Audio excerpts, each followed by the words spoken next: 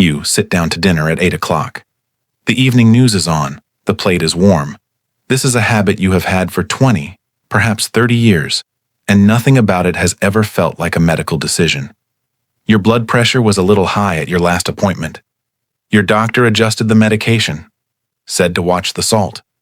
What nobody mentioned, what almost nobody in your situation has ever been told, is that the time you sat down to eat that dinner may be contributing to your cardiovascular risk more than the food on the plate, and that moving that meal 3 hours earlier, not changing it, not reducing it, simply moving it, is associated with a 34% reduction in heart disease risk for adults over 60.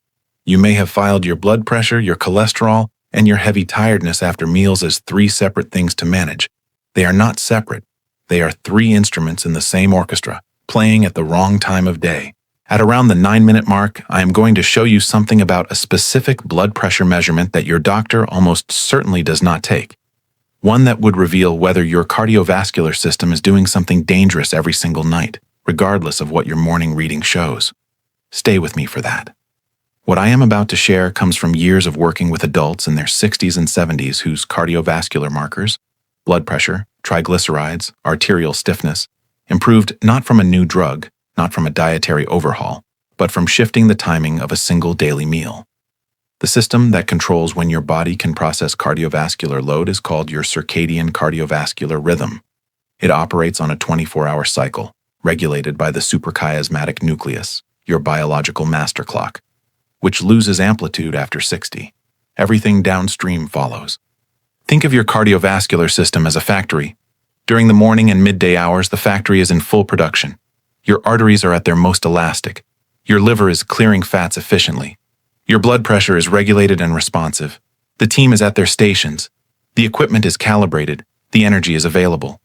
In the evening, the factory transitions. The production team goes home. The maintenance crew arrives. Their job is to repair the arterial lining, drive blood pressure downward, and prepare the entire system for tomorrow. This maintenance window, the hours between roughly 10 at night and 4 in the morning, is when your cardiovascular system does the most important repair work of the day. When you eat your largest meal at 8 o'clock, you send a full production load through a factory that has already begun closing down for maintenance. And the consequences of doing that, night after night, year after year, are not subtle. They are measurable. They are predictive. And they are almost entirely reversible. Before I show you exactly what that nightly production overload does, in 3 separate and connected systems, I want you to understand why this variable has been invisible to most cardiologists for so long, because the answer explains why your doctor has never raised it. The first thing that happens when you eat your main meal in the late evening is that your blood pressure fails to do something it is supposed to do every night. The mechanism is called nocturnal blood pressure dipping. Between roughly 11 at night and 6 in the morning, a healthy cardiovascular system drops its blood pressure by 10 to 20% below its daytime average. This dip is not incidental. It is a deliberate, circadian-timed maintenance cycle, a reduction in vascular pressure that allows the arterial walls to rest, repair, and restore their elasticity overnight. In cardiovascular medicine, your dipping status is one of the strongest predictors of long-term heart and stroke risk. People who do not dip, people whose blood pressure remains elevated through the night, have significantly higher rates of left ventricular hypertrophy, stroke, kidney damage, and cardiovascular events than people with identical daytime readings who dip normally. Here's the problem. A standard blood pressure reading at your doctor's surgery measures your daytime number. It captures nothing about what your cardiovascular system is doing between midnight and 4 in the morning.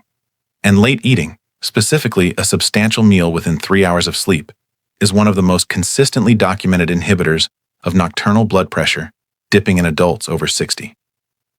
The digestive load keeps the sympathetic nervous system active. The factory cannot start maintenance while it is still processing a delivery. Stay with me. Because the second thing that late eating does to your cardiovascular system is less well known and significantly more correctable. The second cascade is happening in your liver every evening while you sit on the sofa. Your liver's ability to clear fats from the bloodstream, triglycerides, LDL cholesterol, remnant lipoproteins, follows a strict circadian rhythm. Its peak processing capacity runs from the early morning to the early afternoon. By 7 or 8 o'clock in the evening, Your liver's lipid-clearing efficiency has dropped substantially. The enzyme systems responsible for fat metabolism are operating at a fraction of their midday capacity. When you eat a significant meal in the evening, even one that would be metabolically unremarkable at noon, the fats from that meal circulate in your bloodstream during the window when your liver can least efficiently process them. They remain elevated overnight. They are present in your arteries during the hours when the arterial wall is most vulnerable and the maintenance crew is trying to work. In adults over 60, where arterial elasticity is already reduced and inflammatory baseline is already elevated, that nightly burden of circulating uncleared fats is not neutral. It accumulates. Researchers studying chrononutrition, the science of when food arrives, not just what food, found that adults who consumed their largest meal before 2 in the afternoon had measurably more favorable lipid profiles than adults consuming identical calories in the evening. Not better food, earlier food. Here is the connection almost nobody makes, and it is the one that ties the blood pressure, the lipids, and a third system together. The third cascade is the least discussed, and arguably the most important. Your arteries are not passive pipes. They are lined with a living layer of cells called the endothelium, and the endothelium runs its own repair and renewal cycle every night, calibrated precisely to the same circadian clock that governs your sleep and your cortisol. The key signal for endothelial repair is nitric oxide. Produced by the endothelial cells themselves, its availability peaks during specific circadian phases, aligning closely with the deepest hours of sleep. Nitric oxide keeps the arterial lining flexible, prevents the aggregation of platelets, and protects against the deposits that become atherosclerotic plaques over time. When you eat a substantial meal late in the evening, two things disrupt this repair window simultaneously. First, the insulin spike that follows the meal temporarily suppresses nitric oxide production. Second, the elevated triglycerides circulating from your evening fat load directly damage the endothelial cells that are attempting to repair themselves. Night after night, the maintenance crew arrives and finds the production floor still running. Over years, the cumulative result of that interrupted repair is exactly what shows up on a cardiovascular scan, as arterial stiffness, plaque burden, and reduced vascular compliance. Not from what you ate. From when? Now, at around the 9-minute mark, as I promised. Here is the blood pressure measurement most doctors do not order, and why not having it means you may be managing a number that does not show the whole picture.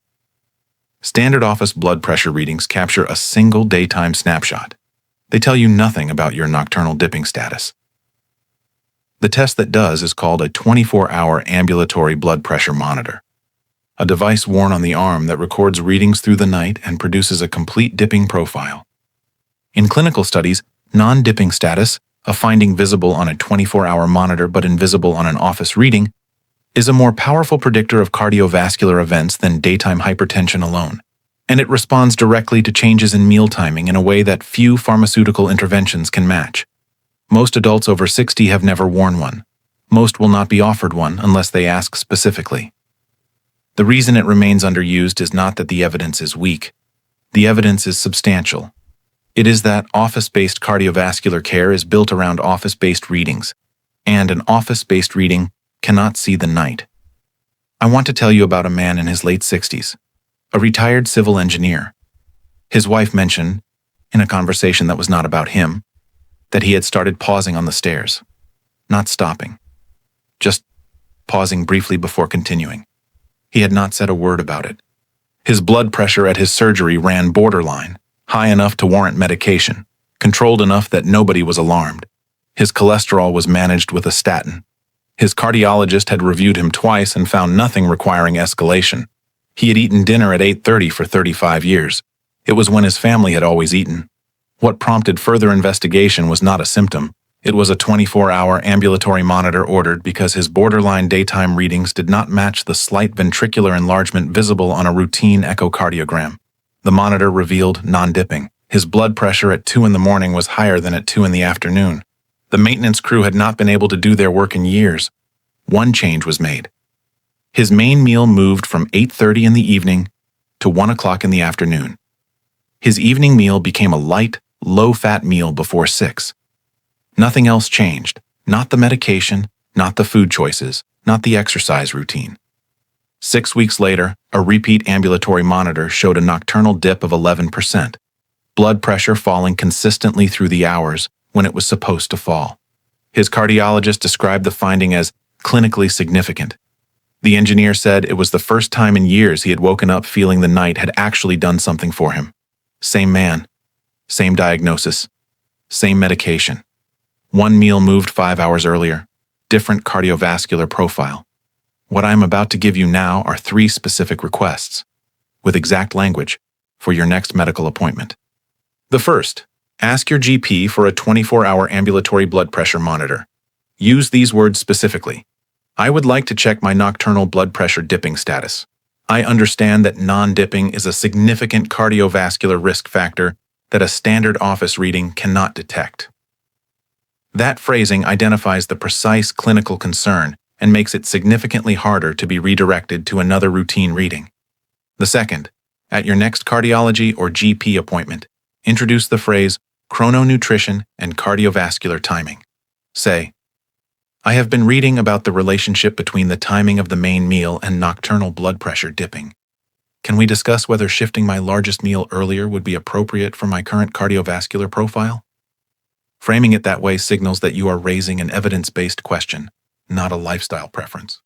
The third, speak to your pharmacist and ask, given that non-dipping blood pressure is a documented cardiovascular risk factor, and that evening dosing of certain antihypertensives has been shown to improve nocturnal control in non-dippers, is the timing of when I take my blood pressure medication reviewed against my dipping profile? Most blood pressure prescriptions are written as, take once daily with no timing instruction. For non-dippers, the hour that instruction leaves out may matter considerably. Your pharmacist can flag this for formal review. You sit down to dinner at 8 o'clock. The evening news is on. The plate is warm. What you know now that you did not know an hour ago is this: that timing is not a detail. In your cardiovascular system, specifically after 60, it is a signal that determines whether the factory runs its maintenance window tonight or whether the maintenance crew arrives to find the production floor still running at full capacity. The 34% reduction in cardiovascular risk associated with earlier eating is not about willpower. It is not about deprivation.